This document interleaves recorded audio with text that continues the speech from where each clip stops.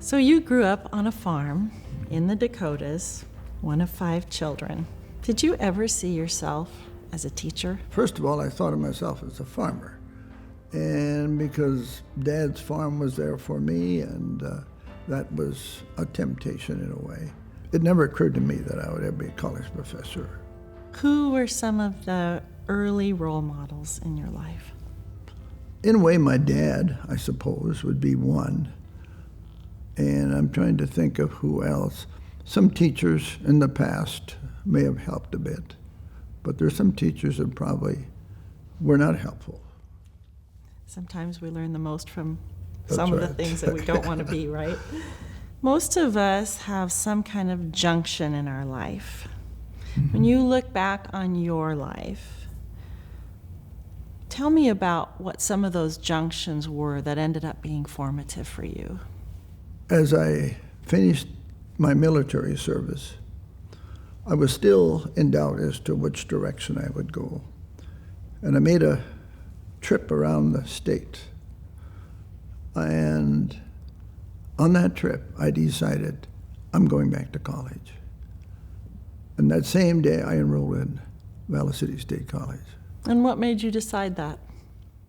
That's interesting because I was in Fargo, North Dakota, and I thought, well, I might stay here for the winter. And so I went to the employment office. It was a cold day. And I saw these people coming in dressed in their heavy clothes. I looked at them and I said, not me. I'm not going to do this. It was a unexpected road, though, even though you ended up being in academia, for you to end up at Walla Walla College at the time, because you'd never been to That's an true. Adventist school, and That's you'd right. never even heard of Walla Walla. Is that true? I've heard of it, but I didn't know anything about it. So tell us how that happened. I think coming here was clearly providential. We were at Minot, North Dakota. I was a tenured faculty member, associate professor. We had our own house. We had a nice church. We had a church school for our children. We were at a reasonable distance from our parents. That was the place we were going to spend the rest of our lives. Then something happened. A student that I had in my class, after a year he transferred out here to Walla Walla. One day he happened to walk by the office of the chair of the math department, and he heard him say, they are looking for a mathematics professor. He took it upon himself to go in the office and tell him, I know of an Adventist math teacher in Minot. And a few days later, I got a phone call from the chair asking if I was interested. And he said, well, I'll go out there. I haven't seen that part of the country. It'd be an interesting trip. So I came out here. I was quite impressed. And after that, the Lord kept nudging me about this. To make a long story short, we decided to come here. And it was the best decision we ever made in our life. We said that. Later, you went on to get your PhD in statistics. Yeah, well, there were people here that influenced me in going beyond just my master's. And one of those would be Bob Reynolds, who was president, probably the most influential person I've ever met. And he had a way of getting a message across. You could even say no and you'd be happy. But great person, and encouraged me to go on to get a doctorate, which I did, and I went on with statistics. And that's all it took. Some encouragement, some support. That's right. So in the classroom, you had opportunity to get people excited about a career, about math, but you also had an interest in giving them something more than that. Talk about that. You know, especially when I compare my experience at state school versus Walla Walla, there was limitations there, what you could do and say, whereas here, I felt we could deal with the whole person. I think teachers, their care for students and their spiritual dimension that they embed in their teaching and their interaction with students, I think sometimes that makes almost as much as the difference as what you do in the classroom.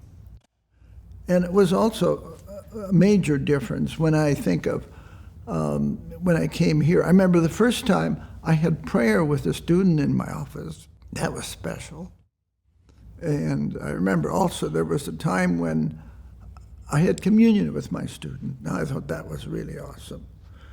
And so, that interaction you have with students is important. And I think here, that spiritual dimension adds a lot to the education of a student. Now, you touched on that relational part of the teacher and student. Some of that happened in your home. I've had many students at our house for dinner. In particular, there was a group of students we had they were pre-med and engineering students. I don't know, probably around 10, I think. They start coming over on a Friday night, and soon they were over every Friday night. And they would come early and they would help prepare the meal sometimes, or even clean up a bit. And it was an enjoyable Friday night, and really, I think, drew us together. So your students gave you something besides what you gave them? Oh yes, I think we sometimes get as much from the students as we give to them. Can you think of an example? For instance, I think of one student in particular that was really a sharp mathematics student. He would often excitedly come into my office and say, I have discovered this unique proof or this problem I worked out. And he'd go on my board and he would put the whole thing on the board, watch me to follow him and so forth. And he was so excited about that. Students like that are just really help us, motivate us to continue to work with students and try to get them to maximize what they can learn and encourage them.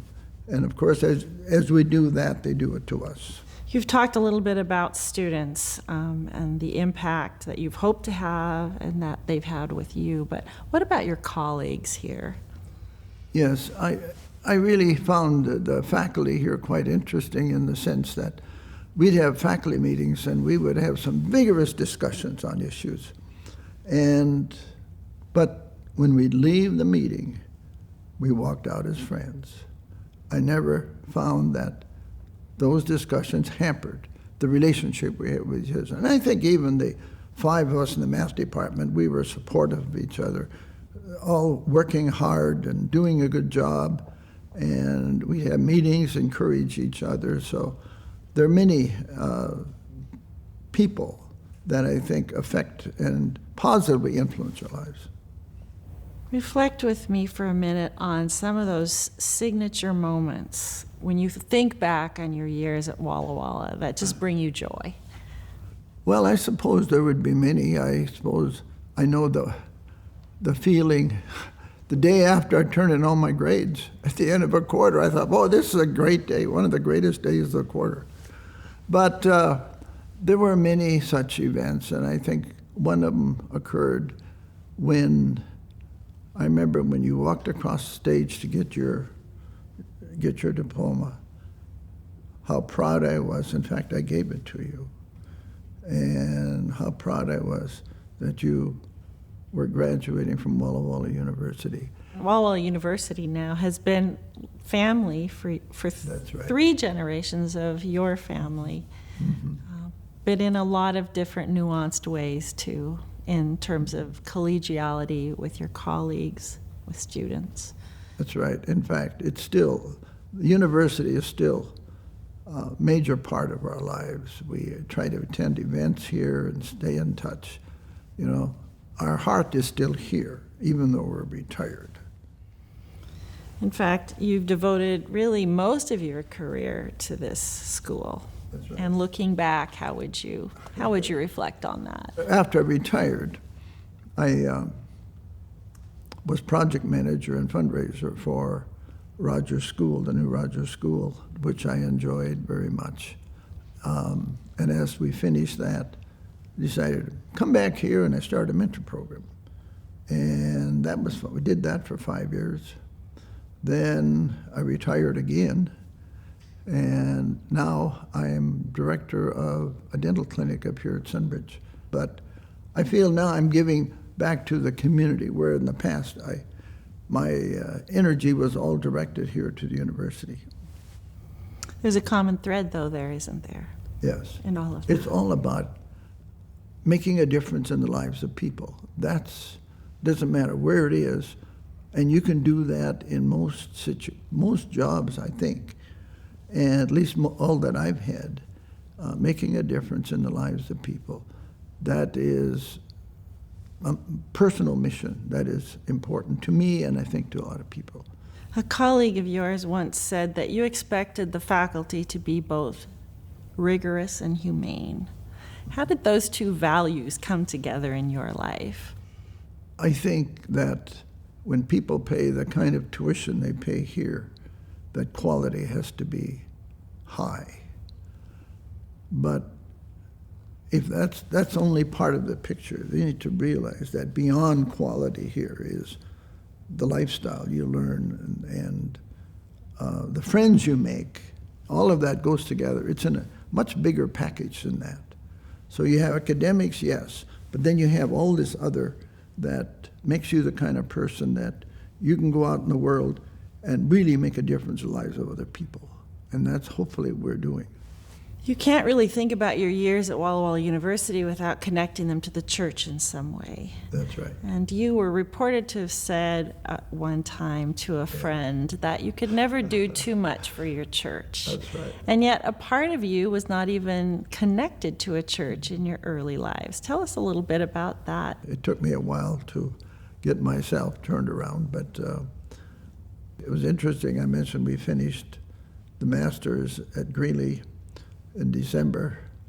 On Friday, I received my diploma. On Sabbath, we were baptized, and Sunday we left for our first job. Big weekend, full weekend. But the church has always been an important part. I've tried to participate where I can. But I think what really mattered was we lost a member of our family, as you know, back in the 1970s, I think it was, yes. And I remember the pastor, Pastor Gage and his wife, they were over at our house. They were a tremendous support. They came to the hospital to see us in Portland and stayed with us all the way through that experience. And I remember the day they came to the house afterwards, and they gave us a check from the church to the community. And it was about what I owed down in the hospital. And I didn't want to take it. I said, I don't deserve this. And he said, yeah, you got to learn to give, or learn to take as well as give.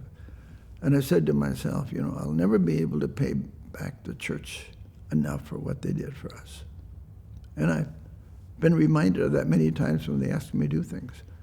Yeah, that's a commitment.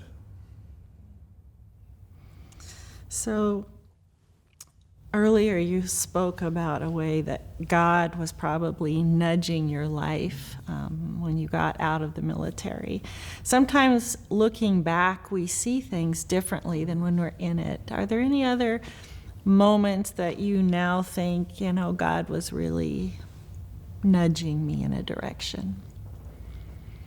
I think just normally what happens every day in class matters, and it's a highlight. It becomes a highlight. In fact, I remember when I used to come to the college in the morning, often as I was entering the campus, I'd say to myself, this is holy ground. Be mindful of that. And I thought of that many times. Maybe I had a short prayer, and because it makes a difference here. It's got to be very rewarding to have spent your life in the investment of other people, and then to see them become something that maybe they didn't even know they could become.